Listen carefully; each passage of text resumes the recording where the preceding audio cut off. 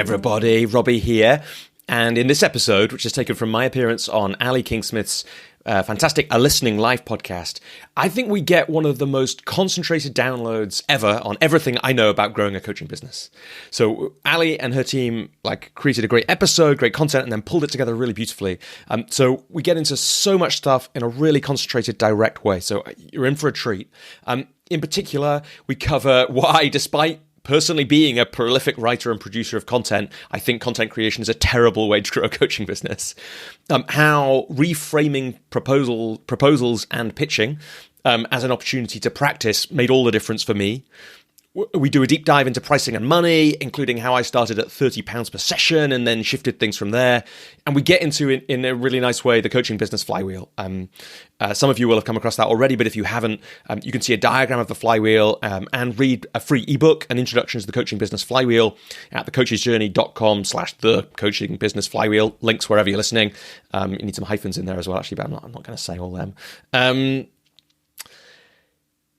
And it's worth saying about that you can also get on the Coach's Journey website the Coaching Business Flywheel Booster Pack, which is a set of actual template emails that I send in my coaching business still all the time. I developed in the times that Ali and I talk about in this episode, and including 2 invitation emails, which were inspired by a woman called Carolyn Freya Jones on a Coaches Rising event, and which I have used so many times to create the opportunity to coach. So we get into that in this episode.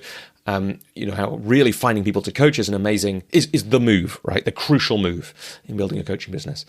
So make sure to check out the Coaching Business Flywheel Booster Pack as well. But look, this episode is packed with practical advice and personal anecdotes from my journey. And whether you're new or experienced, I hope that the insights I share on pricing and client acquisition and content creation will be valuable to you in building a sustainable and profitable coaching business.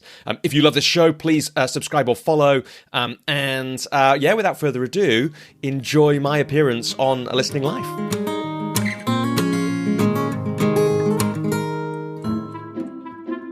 Welcome to A Listening Life, the podcast for coaches who are finding it hard work to build a sustainable, profitable business full of clients. I'm Ali Kingsmith, sharing stories and lessons learned from some of my successful peers and colleagues who've managed to crack the code and break through to a profitable, meaningful business. My conversation today is with the king of the coaching podcast, Robbie Swale. Robbie is a leadership coach, author and podcaster whose work focuses on creativity, leading with honour and the craft of coaching.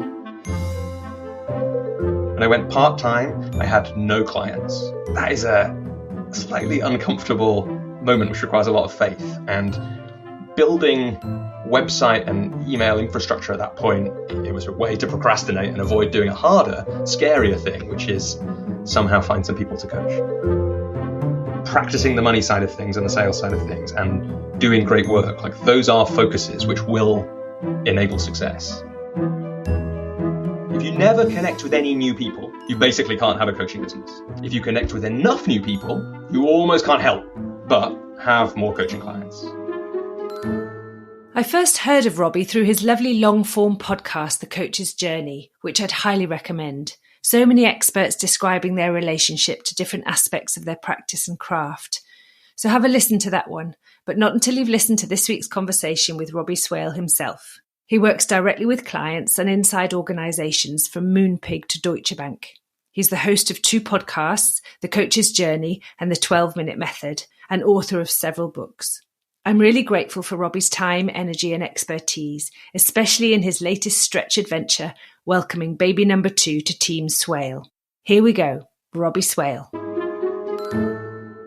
So, Robbie, welcome. I would love you to join me in your time capsule. Come back with me to the moment when you could really think, oh my goodness, this is working. I'm going to be able to make my life a commercial success using coaching as my main thing. It was sometime in the autumn or early winter of 2016. So I'd been coaching for about 15 months, been working full time for the first 6 months of that. Then I'd, weaseled my way into a job share so that I could have 2 days a week for coaching. And essentially that was some kind of, I don't think I thought about it quite this way, attempt to test this. Like, I knew I needed more space, but I didn't know what, to use your word, what the commercial potential of it was for me. But I knew that I needed more space for it. That was a kind of, what we call like a more soul intuition than a business intuition. Although I think I was thinking about the business at that point. And then the autumn of 2016, going into winter, 3 things were happening, and they combined to, I'm sure at some point in that, well, they led to me knowing that it was time to give in the notice at that 3-day-a-week thing and to go full time. Essentially because at some point in that, well, one of the things that happened was already my income from 2 days a week plus like evenings. So it was pre-children. So I didn't have much money to invest in my business, but I could invest time and energy. So 2 days a week plus evening and bits of weekend work were making me more money than my other job. Okay. And the other job was in the charity sector. So it's like, I wasn't making, I don't know, lawyer money probably in that time. But that was one little signal. And then the other two, there were these 2 kind of associate work possibilities that arrived pretty much at the same time. Neither of them were guaranteed. But if either of them happened, it would make that first year of full-time, certainly not risk-free when it came to rent, but it would give me a cushion. And that gave me the confidence to think, okay, if I'm at this point from 2 days a week, there's the possibility of these 2 things which might essentially replace the day job, if not in total money, but in spirit, then the whole thing can work and add up. And then, here we are about, what is it, like 6 years later? 7 years later, actually, from that. Wonderful. So, gosh, so many things already, and what you've just said just caught my attention. One of them was that this associate work arrived somehow. So I'd love to just pull on that string at some point. But also to be working 2 days and a bit in coaching and making money from it means that you were charging money in a way that added up to enough money in that amount of time. And I know that's an obvious thing to say, but so many of the coaches that I interviewed before starting to record a listening live talking about money and pricing and charging weren't able to do that. So can we go there first? Like, how did you think right at the beginning, how shall I charge for this? And maybe how that's developed to now. How do you work that out? Yeah. So I knew as I started my coaching training that I hadn't sold anything before. Like I'd worked in events and I'd managed organizations and run art centers. So I had experience of selling things, but I'd never sold my time before. And I'd never done a direct one-to-one sales. And I kind of knew, therefore, that if I wanted to make this work, and I went into coaching with this is the best guess I've got of what the next phase of my work might be, but I don't know. I won't know until I'm there. I'll need to do this training, get a feel for it before I know that it's speech marks the thing, and it might not be. It might just be a thing that forms part of something else. But if I knew somehow at that early stage that if I was going to make a success of this, at some point I was going to have to get going with charging money and learning what that's like with selling. And so that was part of how I selected the coach training organization that I did. I trained with a startup coaching school, sadly is resting now for public consumption, although a colleague and I ran an internal version of it for a company over the last couple of years. And one of the things I loved about them was they were talking about making this thing work, not just being a coach, but working as a coach in some way.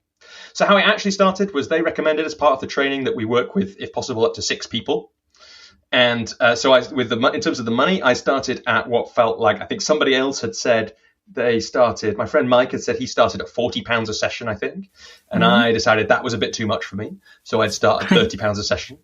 And I think I had 5 practice clients over that period, not 6. And I think I sold 4 different packages of coaching at £30 a session. And somebody negotiated me down to £25 a session. And that was where we started. In a way, there's then a long set of dots for me and what would we call it, like iterations over that time. But the thing that stands out that I'm remembering as we do this is I had a very transformational coaching experience as a client over the kind of, I think, late 2015 into 2016. And many, many things that have formed a part of my life now originated in some way, shape or form in this work that I did with my coach at the time, Joel Monk. And one of the things that Joel did was he invited me to play a game that I think originates from Rich Litvin and the Prosperous Coach community, and the work that Rich does, and which is called the 90-day money game. I mean, that is an idea of Rich's, but I think that's where Joel had heard it. And this is a game, a way really to take money a little less seriously, but also, and I found these work so well for me, these kinds of challenges, me personally, and for lots of other people, but probably not everyone. For me, they get me out of my own way. They stop me taking myself too seriously. They get me creative, and they get me asking for help. And those, if you flip all those things around, those are like 4 of my biggest struggles, right? Not asking for help, for example, or taking it too seriously and getting overwhelmed. So the game works really well for me. Yeah, they prioritize it as well, don't they? They make it the main thing you're doing that at that time. So they bring it to the top of the consciousness and the mindfulness, and they exist. And so over that time, I was practicing charging money. And the game, so that people who are listening can get it, is you think about how much money you want to make in the next 90 days. You multiply it by 3 or 4, your choice. And then you try and make that amount of money in proposals.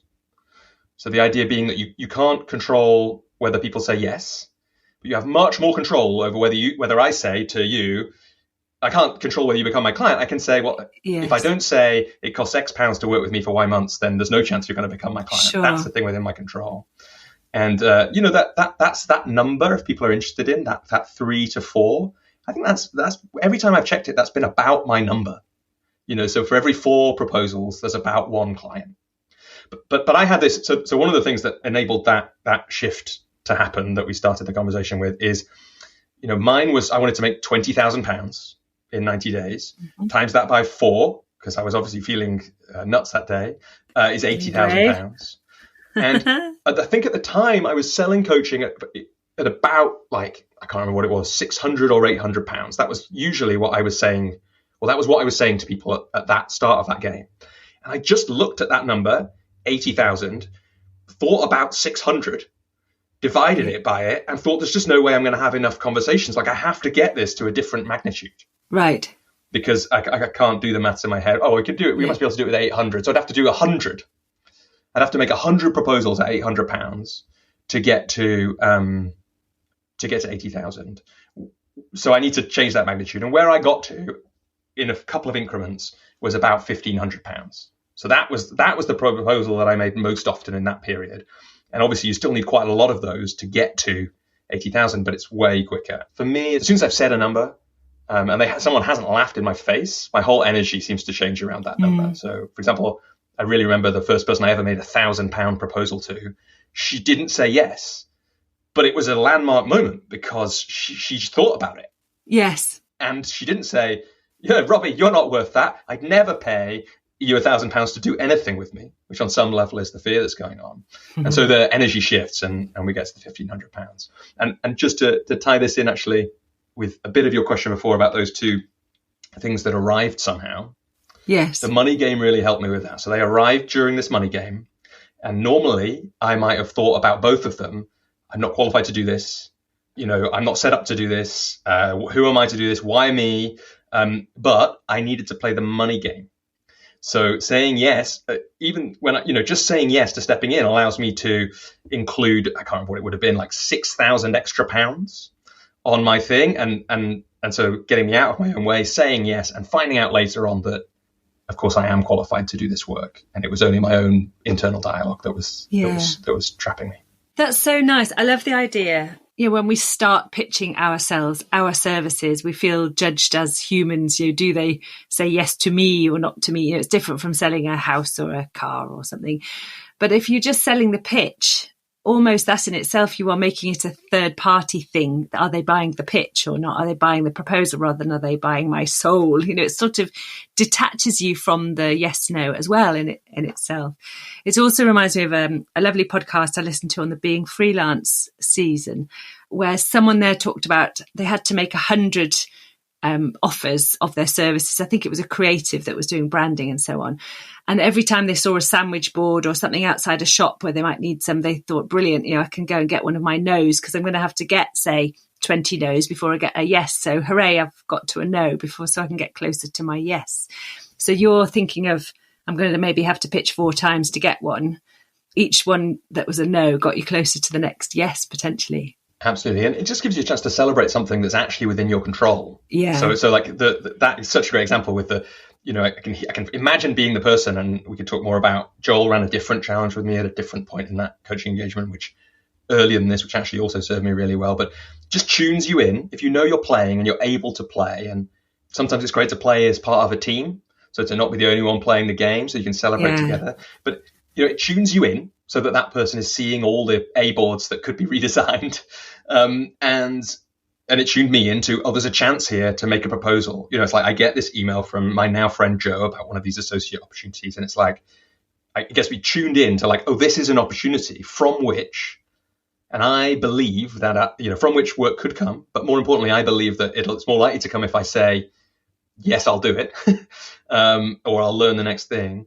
But also I get to celebrate at that point, right? It's like it gets us celebrating the things that create the thing that we want, which are in our control, going into the shop to pitch the A board, saying yes, making the proposal, rather than the things we want, which are actually out of our control, that we really can't do anything about. And you can do everything absolutely right, and a global pandemic can strike while someone's thinking about working with you, and it turns out it's not the right thing for them to do to work with you anymore, right? So it's like we can have those things, but we can still celebrate. I was brave enough to say it costs X pounds to work with me for Y months, and that for me is a big shift that helps keep going when things are looking tough.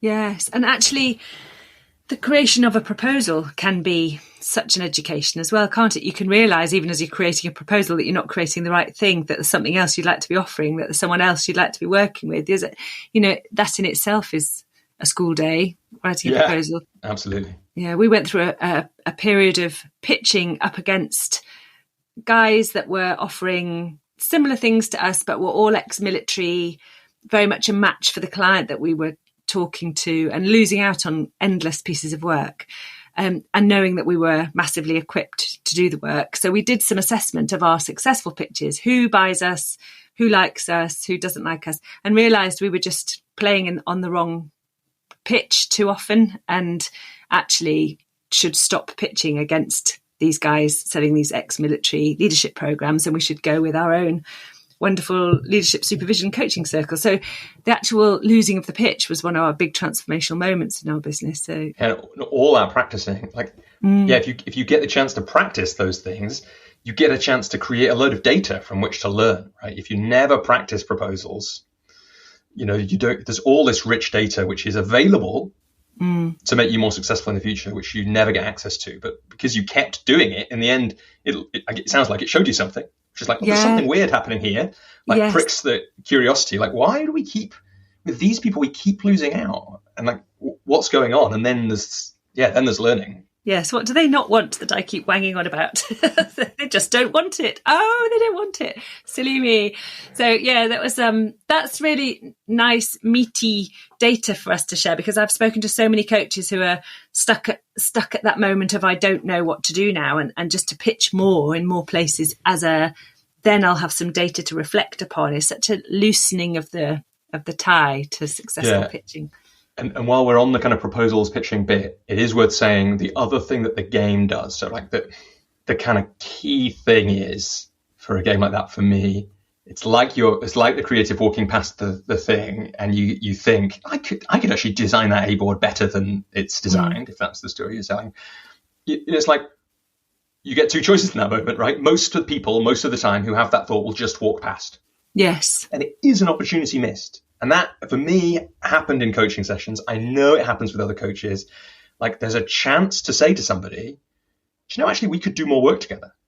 And that opportunity is missed out of essentially either lack of confidence, is fear of rejection, or it's like it reminds me of like, reminds me of a thing that happens in relationships, obviously not mine, never mine, where I really want, what I really want is somebody to tell me they love me spontaneously in exactly how I want to hear that, without me explaining any of that to them ever. Because if I explain it to them, it won't count. It's not real. Exactly. And I think a lot of that happens in coaching. It's like, if people want this, they will ask me for it. And actually, the truth is, we can be of real service to people right? Our loved ones by saying, look, actually, it really makes a difference if you tell me you love me like this. And our prospective clients by saying, do you know, some people do this with me every week. And that could be you if you want. And if you want to talk about that, I've got some ideas. Even just that little bit of leadership can open this up more. And the proposal game, got me practiced at getting through the awkwardness of should I make the proposal? Because the game is practice making the proposal. Yes. Yeah. I'm going to take you down a different track now because I've been looking back on the previous season of A Listening Life, and we've talked quite a lot about niching and specialty. So it would be easy to go down that route with you because I'm so fascinated about how you've presented some of your programs, but I'm going to resist it and go the other way, which is how interested I am in the amount of stuff that you produce to read, to listen to, and would love to hear what that is about. Are you creating it because you just want to put things out there, or are you specifically thinking, if I put this out there and people hear it, then they might do this as a client? So wondering what your thinking process is around it and how you sort of journey along that. Yeah, that's a great question. So I'm going to do two things.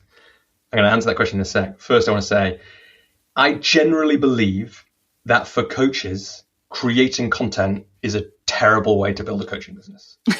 If you actually want clients, like some clients now or soon, don't do that, right? It's almost always a way that people use to avoid doing the hard things that are scary about building a business, like making a proposal. So really important to say, and I was incredibly lucky / have a good family, whatever. My brother gave me, just like about a year before I started my coaching business, a couple of books, one of which was The War of Art by Stephen Pressfield. Funnily enough, I got that back to my bookshelf and I already had a copy. Oh. So I hadn't read it and I didn't know, no one would admit to giving it to me. Pretty sure it was one of my parents had already given me this book. And The War of Art is a book about, the subtitle is something like Winning Our Creative Battles. And it's a book about how we avoid doing the things that are really calling us, the things that are most important for us. And Stephen Pressfield calls all the ways we avoid doing that, procrastination, avoidance, he calls them resistance. Right. So as I was starting my business, I was really seeing already how valuable that had been in my career change. And I was really tuned into, okay, what in building my business is resistance? It's just my way of avoiding things and not doing the hard stuff. And what is actually useful? So, for example, having a blog in order to speech marks get clients is a terrible, in my view, strategy. However, if, and this is what happened to me, through your personal development and personal growth, it turns out that writing could be a big part of that, then that's fine and that's perfect and that's wonderful. So pretty much all of the stuff that I make originates in that place. And I think that the kind of wholesome reason that a lot of coaches do those things is because if you're a coach, you often get a lot of coaching. Coaching helps you overcome resistance and tap into often inner creativity. And so we end up making podcasts or writing articles or making videos. The problem is we then get a kind of fallacy develops, which is that we see a successful coach, many successful coaches writing, and we think that they are successful because of the writing, when in reality they're kind of, what do you call them, independent correlated things. That's really interesting, because often we will never know what the dotted line is between the thing we created and the success that we have. There may be no correlation. I know since I started recording A Listening Life, I've had success in other parts of my business, which are in no way related to A Listening Life, but somehow, I don't know, people have mentioned my name, or I've been noisier on LinkedIn, or something's happened. And there's no link between the work and A Listening Life, but it's helping. I couldn't have done it on purpose. Yeah, and there's a couple of things really interesting in there, I think. So one is, some of it might be, certainly has been for me, energetically. Like actually once you're in the, what Brene Brown and loves that Teddy Roosevelt quote, right? You're in the arena. Once you're in the arena as a creative, daring greatly, like your energy is different. My energy is different, right? If I'm being super courageous, which for me, writing blogs in 2016 was like the very edge of my personal growth because of who I am and where I come from and where I was, then that's going to show up everywhere, right? If I'm practicing being courageous in one place, then I'm more likely to be able to be courageous when it comes to okay, this costs £1,500 this time, even though that's 50% up on the £1,000 and she didn't say yes, right? So it's like, there's that thing going on. It's also important to say, I'm definitely not saying, this is a really interesting, slightly complex thing. I'm not saying that having a body of work which represents you on some level isn't useful for building a coaching business. Okay, so it's just like, it is useful for me, and clients are created through the work, the things that I make. But, and I can talk a bit about what I think is the kind of theory behind that, if that's interesting. Like, but once you've got that body of work, it does make the process of having a thriving coaching business smoother in some ways. Yes. So go on then, tell me that. Go into the theory of that just a little bit. Yeah. So I listened to an interview between Jim Collins, who wrote the book Good to Great, and Tim Ferriss about 5 years ago. And Collins was doing a rare interview because he was releasing a short book called Turning the Flywheel. It's a very expensive pound per page book. It's like 13 quid for 50 pages or something. But I bought it anyway because the idea of the flywheel was so interesting to me. And I don't know if you know that. I didn't know it. I don't know if it's like a thing that everyone knows except me. But in case people don't, essentially, I think it's an engineering term. And the idea is that in a business, you can kind of create a virtuous cycle specific to your business. So to give an example from outside coaching, the Amazon one is something that he quotes in Turning the Flywheel is something like, have as wide a product offering as possible. And if you do that, so this is the way the flywheel works is you do one thing, and if you do that enough, you almost can't help but have the next thing happen. Right. And that all feeds around. So if you have a wide product offering, you can't help but have more customers on the site. If you have more customers on the site, you almost can't help but have more third-party sellers. If you have more third-party sellers on the site, you almost can't help but increase your revenue per fixed costs. And if you increase your revenue per fixed costs, you almost can't help but be back at the top of the flywheel, having a broader product offering with lower prices. Right. So if you then intervene at any of those points, your business hopefully feeds itself and grows. So I got interested straight away. Of course, as soon as I did that, I was like, I've got to be able to discover what is the coaching business flywheel. Right. And I've been through a few iterations of this. And one of the things I spotted, so the book, The Prosperous Coach, is very influential on me, by Rich Litvin and Steve Chandler. One of the things that I did some work where Rich was my coach for a while, certainly one of the things that he was teaching then was a version of what I think the flywheel for coaches is. Now, I then slowed down with their framework and was like, oh, they're not capturing quite everything here. You have to make it a little bit more general to get the actual most common coaching business flywheel. But what they're really good at in that book is pointing at, in some parts of it, the most direct way to feed each bit of the flywheel. So then interesting. I can tell you what I think is on that flywheel. And the key, to go back to what we were saying before, though, it's like having a body of work where people can get to know you basically makes all stages of the flight, which are probably better, if that's okay with you, I'll probably better name those stages. Sure. So essentially, it would... I'm just going to stop you for a sec, Robbie, because we're on podcast rather than on video. Yeah. So just to describe, you're using your hands to describe, and I can picture really easily a big wheel and some smaller cogs around it. But is there anything more you can just set it up for the podcast world? Yeah, I mean, you could probably if people just Google flywheel Amazon, there'll probably be an image of that. Actually, there's a video on my YouTube if people want to go and look at that, where I show a bit of paper with it drawn on. Sure, so we can link to that. But yeah, essentially, the idea is that each of these is a kind of point on it. If you imagine a wheel, each of these is a point on the wheel, and each point has an arrow going on to the next point. So it's a virtuous circle. Yeah. Exactly right, virtuous circle. So my theory is that the coaching business flywheel, essentially, and what's interesting about this, I think, is if you don't, this one actually works the other way. I'm not sure if all flywheels do. It's like if you don't do any of these things, you almost can't have a coaching business. Right. But if you do enough of these things, you almost can't help but have a coaching business. Yes, just words. So those things are, if you never connect with any new people, you basically can't have a coaching business. If you connect with enough new people, you almost can't help but have more coaching clients. So connect with new people is at the top. The next bit is give people an opportunity or an ask or an invitation to have an experience of you. Right. So if you do that enough times, you almost can't help but have a coaching business. And if you never do it, it's very hard to. So connect with people, invite people to have some kind of experience of you, give them that opportunity. Then create an experience of you for people. Yeah. And then, so if you do that, if you invite enough people, you almost can't help but create experiences of you with people. If you create enough experiences of you, you almost can't help but make proposals. So that's the next one. And if you never say it costs X pounds to work with me for Y months, you almost can't have a coaching business. And if you say it enough, you almost can't help but it. And then the last one is work with clients. So again, if you do that, if you make enough proposals, you almost can't help but have clients. And once you have had enough clients, you almost can't help but be connected to new people.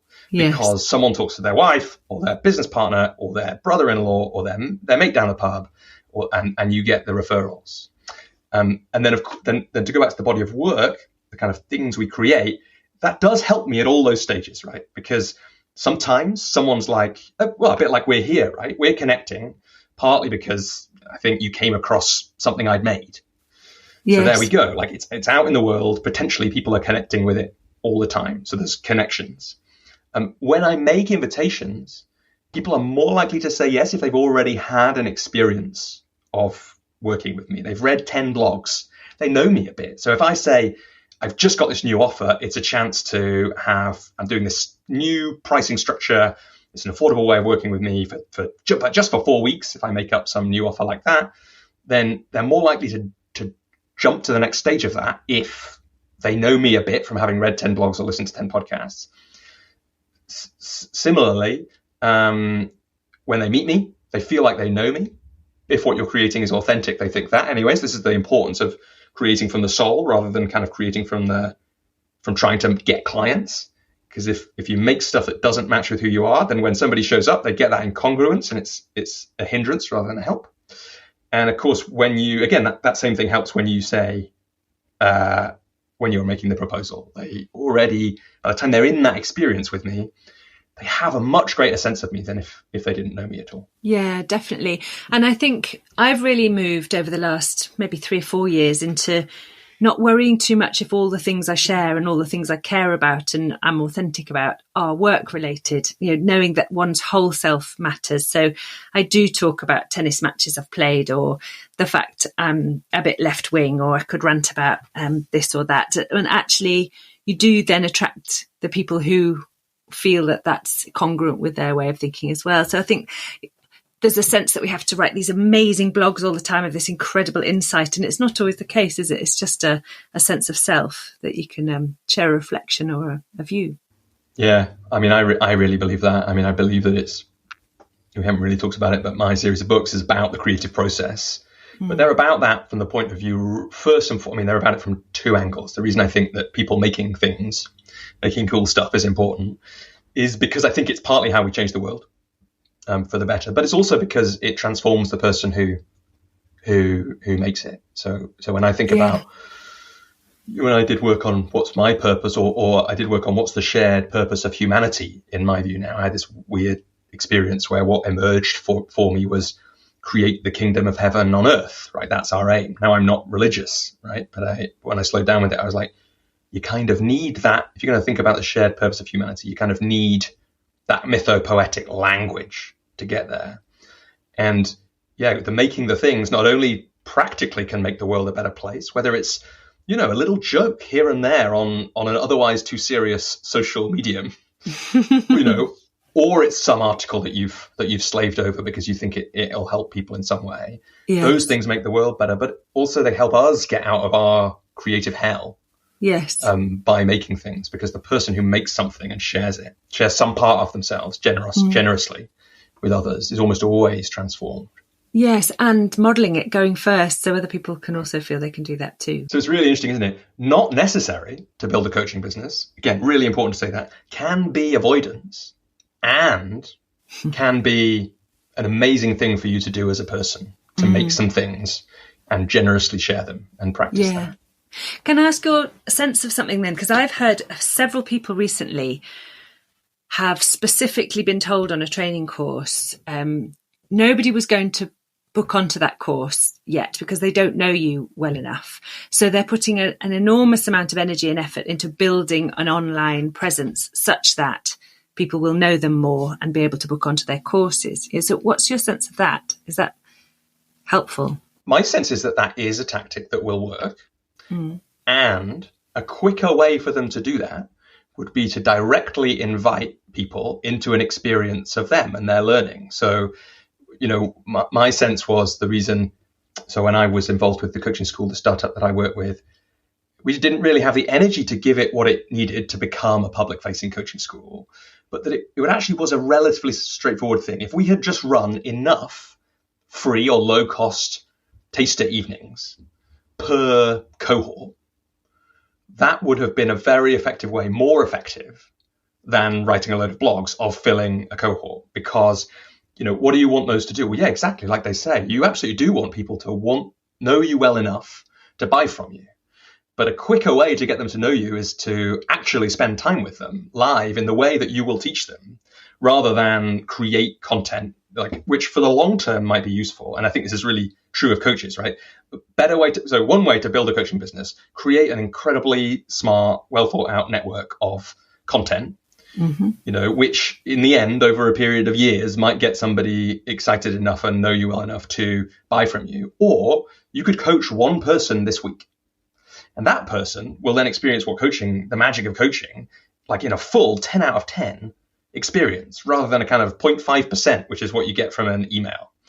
And then they might either buy coaching from you, which is so you're on the flywheel, like creating an experience, and then you get a chance to make a proposal, or they might connect you to somebody new because they really know what coaching with you is like. And that is just for me, the strategy you've described is it sounds to me like it'll work. And in some ways I do it, but it's definitely not the most direct thing to do. Right. If you want to go from empty Monday, when I went part-time, I had no clients, and it was that is a slightly uncomfortable moment, which requires a lot of faith. And building website and email infrastructure at that point feels like, I thought about it quite carefully, felt like it was resistance to me. It was a way to procrastinate and avoid doing a harder, scarier thing, which is somehow find some people to coach. Yeah, the way I'm hearing it, and it feels like the difference between an away from and a towards driver, really, that if creativity is all over you and you're producing stuff because it's leaking from every brain cell, brilliant. There's nothing to be lost by just creating great stuff. If you can feel it in your bones that you are spending an afternoon creating blogs to avoid having to pick the phone up or avoid the selling piece, then possibly it's worth thinking about some more. Yeah, absolutely. Season 2 of A Listening Life has the support of SciSoft. I'm pleased to share a discount code with you for their Emotional Intelligence Assessment Certification, EQI2, and the EQ Extra video series. I'm a big advocate of SciSoft's tools. This is an affiliate link, but I would never recommend anything that I don't use regularly myself. Tim and his team at SciSoft have looked after all aspects of EQI2 for my own business, and now they've launched EQ Extra, video tools for clients. Email query@scisoft.com to claim a 10% discount code for the EQI certification and EQ Extra. Use discount code LISTENING10 and find all the spellings and contacts in the show notes. So let's think about your podcast, because we're on a podcast and you're the king of podcast of the coach's journey. So it's lovely to have you on to talk about that. I went to the podcast show and they said something really intriguing, which was, if you're going to start a podcast, you should just know that you're aligning with your purpose and you are producing something that you're willing to produce for 2 full years without a single listener, because you're so attached to the content that it's worth doing. And I feel as if I would, that's true for this. And also for another podcast that I'm producing, Older and Wilder, which is more about sport in older women. I just love it all. Do you think that's true? Or do you think there's a place for someone to say, well, I'm short of clients and I'm going to start making some conversations online and produce a podcast to get out there? What else works? I really like that. That's what I'd advise. That's what I'd say to all creators of something like a podcast, right? For 2 reasons. But the most important one, the reasons that probably they said, but also perhaps more importantly, you want it to be sustainable. As far as I can tell from what I learned at the podcast show and elsewhere, one of the most significant drivers of success for a podcast is, does it keep going? Is it still there? Are you still making new episodes? And to make that as frictionless as possible to do it. And the best way to do that is to make it something that you would make for free. Yeah. You would make if nothing good came from it. And then also probably that'll be closer to what we said before. It's like the creativity coming out of your pores thing. it's like, it's going to get people to know you more. It's going to, it's going to have more of a good effect on your business than if you try and, very cleverly build something that will get you clients. And the different energies is important. So I think the answer, but to reflect for the individual. So it's like, if you want in 3 years to be positioned to be coaching, I don't know, women leaders from FMCG companies, mm-hmm. like, then a good long game strategy might be set up a podcast where you get to speak to these women who have somehow made their way through the tough bits of the environment and are in, can you interview 10, I don't know, senior execs, and it's like, then it's ticking loads of interesting things. It's connecting you. So it's on the coaching business flywheel. It's also creating a body of work, and you're learning, and hopefully it's super interesting. Yeah. But if you want to have any clients soon, that's like a long way round. Again, it feels like to me. So it's like, long game strategies, creating content can be really interesting, and using it as a learning experience strikes. I might do this with an idea I've got. I keep coming back to it. It's like, well, if I want to shift how some of my coaching business looks, there's a cool podcast idea I've got for that. But that's not how I necessarily expect to get the clients, if that makes sense. Yes. And like they said, you've got to be willing to do it even if you don't get the clients. Otherwise, it's not a good strategy. Yeah, that was also making me think it's a good way for someone to test their emotion behind a niche or a specialty or the connection. So if you said to me, what would you like to create a niche in? And also, what would you like to talk about on a podcast? Those two things should be bedfellows, shouldn't they? It should be something that you care about enough to keep going on about, and that you want to step into that world rather. So an extra thing that would happen if you spoke to lots of female leaders in FMCG is that you would be more accepted in that world because you would understand the world better. Yeah, you're more likely, you might get referrals, you might get more connections for sure. And you might learn that, so this is the tricky thing sometimes, you might learn that what you think you're interested in is actually not what you're interested in, right? You might speak to them and find it really boring. Yeah. Now, again, I would probably say that a more direct way to do this, rather than one way to do it would be to start a podcast. Another way would just be to run a research project for yourself.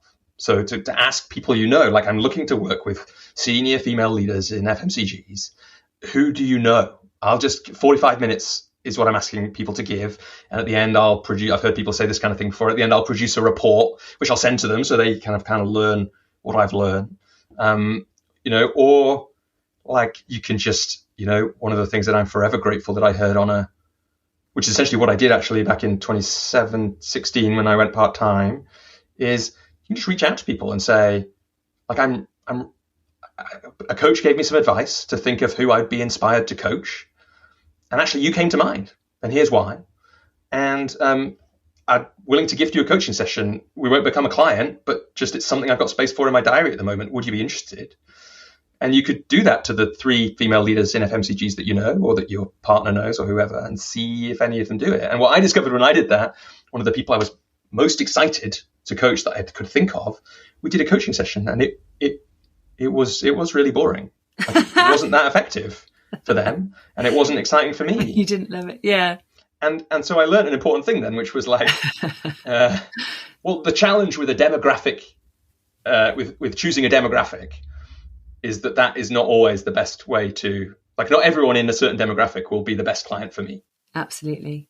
But it's also making me think back to front thinking about that as well, Robbie. That's really helpful, where if somebody is thinking, I would like to do a podcast, how the devil would I start?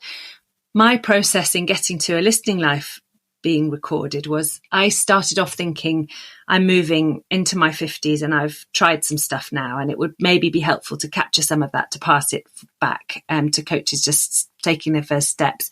And so I'll write it down. And then I thought, actually, it'll be much more interesting if I talk to some colleagues who have also been doing this for a while. So I'll capture their thoughts. Actually, if I'm talking to all these very cool coaches, why don't we record it? And that's where the podcast came from. So actually, if somebody's feeling very stuck, that might be a helpful, what conversations with my client types might be interesting, and what would happen if I just recorded them. Is that a podcast opportunity? It might go that way. Mine was a bit similar. When I went full time, I wrote someone cancelled on me, a coaching client cancelled on me, and I had this idea I should write down what I did, that like some of the questions you're asking me really, to get this coaching business off the ground. And people really liked that article. It went viral for me, so it's got like, I don't know, 10,000 views or whatever on across different platforms.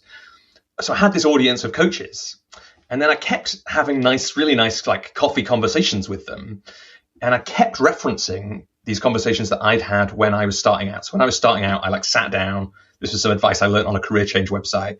I sat down with like 4 or 5 coaches that I knew a bit, enough to ask, can I speak to you for like an hour and a half or an hour? And I kept referencing those 5 conversations, like with every coach I was speaking to, because they've been so useful. And I had this like pang of regret that I hadn't recorded them because they would have been so good. And then for various other reasons, which were a bit strategic, were a bit like, okay, maybe this could be marketing. So actually, when I started my podcast, I did have that thought. I had a group program for coaches by that point. And I thought, what can I do? I was trying to solve the problem. What can I do that will keep connecting me to the kinds of coaches that might love to join this program? But the key thing was then going back to what they said to you at the podcast show.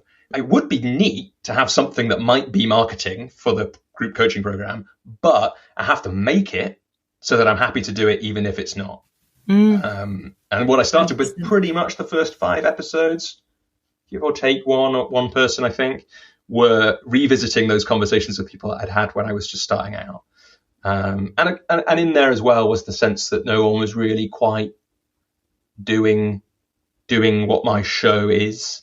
And I loved coming across your show because it's like, you're not either. Like, there's loads of space. It's like, different angles. So for people who are interested, there's like 50 odd episodes of The Coach's Journey, which is my podcast now. And it's essentially like the Tim Ferriss show, but just coaches. So it's like a long form. How did you get here? What are the things you learned along the way? How did you build your business? Conversation. And people can check that out. But it was, so in some ways, quite a similar origin, really. It's like those conversations are so valuable, especially in an industry where like frank, open, honest conversations don't seem to happen that much, especially at scale. Most of the stuff that happens at scale is like terrible LinkedIn adverts about 6-figure coaching businesses in 6 days. So it's important to, going back to the creativity thing, to put some goodness into that conversation.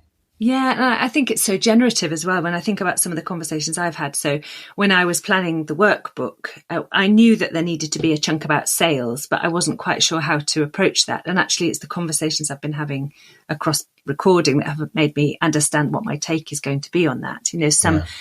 3 of us on season 1 and me have big sales leadership backgrounds and are using those sales leadership previous careers all the time. Some people haven't, and that difference is really, really intriguing to me. And I would never have come across that as an angle if I hadn't just started speaking to some people. So I think it's such a virtuous circle of learning that there's no risk to it, really, is there? If you don't like it, you don't have to put it out. Yeah, well, there's no risk to it as long as you bring that attitude that you've just described, which is like curiosity and learning and experimentation.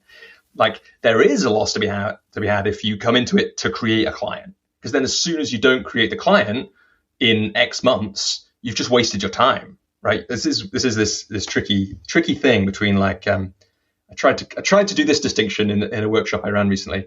Not sure it quite works, but between what we might call goal work and what we might call soul work.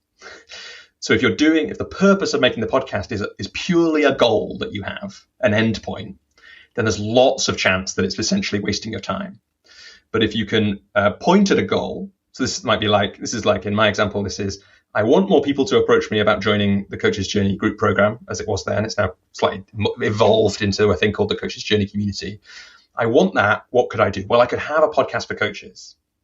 So that's the goal. But then I have to get that out of my mind and go, okay, how do I make this a thing that I would like love to make, whatever happens? So that I'm like exactly say, I'm making connections with new people, I'm learning loads, I'm seeing patterns, I'm doing better coaching, I'm helping people who I think are amazing raise their profile. Like, those are 5 things, which is like great outcomes for me. And I can focus on that, get involved in creating, and I succeed. That's all of those pretty much are within my control. again, whereas it's actually outside of my control whether anyone who listens to that show ever becomes a client. Yeah, for sure.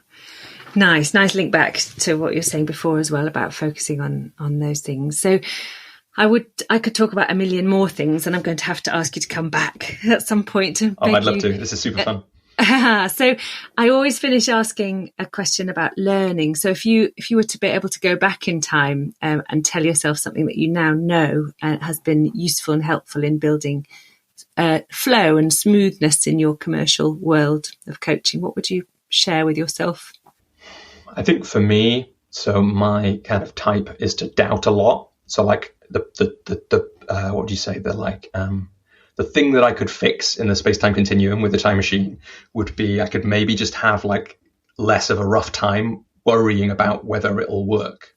Now, so I wouldn't be able to tell you. So it wouldn't really make sense to go back and say this will work for you because you can't. That's not really helpful for anybody else either. But it is that those things that I thought were true, i.e., I'm going to have to practice this, and if I focus on doing really good work, then the rest will follow. Those two things, practicing the money side of things and the sales side of things, and doing great work, like those are focuses which will enable success. A huge thank you to Robbie Swale for making time in his diary as a busy coach and new daddy again. So many juicy pieces of advice to try and apply back in the business. Find Robbie online through his links in the show notes, and thank you for joining us. If you liked the episode, you really can help us by telling a coach colleague about us. My huge thanks to producer Steve Folland and to Lauren Hills at HQ. A Listening Life is built especially for coaches who are tired of trying to grow their business into something that makes them happy and brings in the money. For tools and inspiration, find us on Instagram at A Listening Life and through the website www.listening-life.co.uk.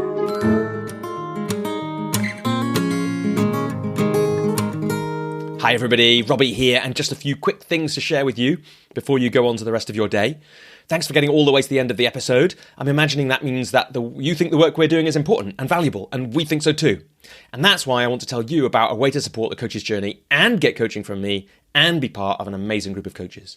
That is, join the Coach's Journey community. It's my flexible, affordable group coaching program for coaches. You pay between £20 and £100 a month and get access to a certain number of group coaching calls a year, depending on your level of membership, plus some one-to-one time with me if you're a full member, and various other benefits too. And of course, you get the chance to be connected to other amazing coaches on their own journeys. You can join the community at thecoachesjourney.com/community. If you want to give financial support to us, but the community isn't right now, you can become a supporter of the podcast. A special group of people who do that, and you can find out more about that in the show notes wherever you're listening, or at patreon.com/thecoachesjourney. And if neither of those is right for you right now, but you want to support us, please click subscribe or follow wherever you're listening to the podcast. That really makes a difference to us being able to continue to reach new coaches and keep the show free. Thanks so much to everyone who's supported the Coach's Journey over the years, but in particular, thank you to Alex Whitten, Alison Malone, David Norris, Jessica Jem, Joey Owen, Linda Ransom, Lucy Braun and Alan Bedding for your ongoing support. Thank you too for listening, and we hope to have you back with us on the Coach's Journey podcast sometime soon.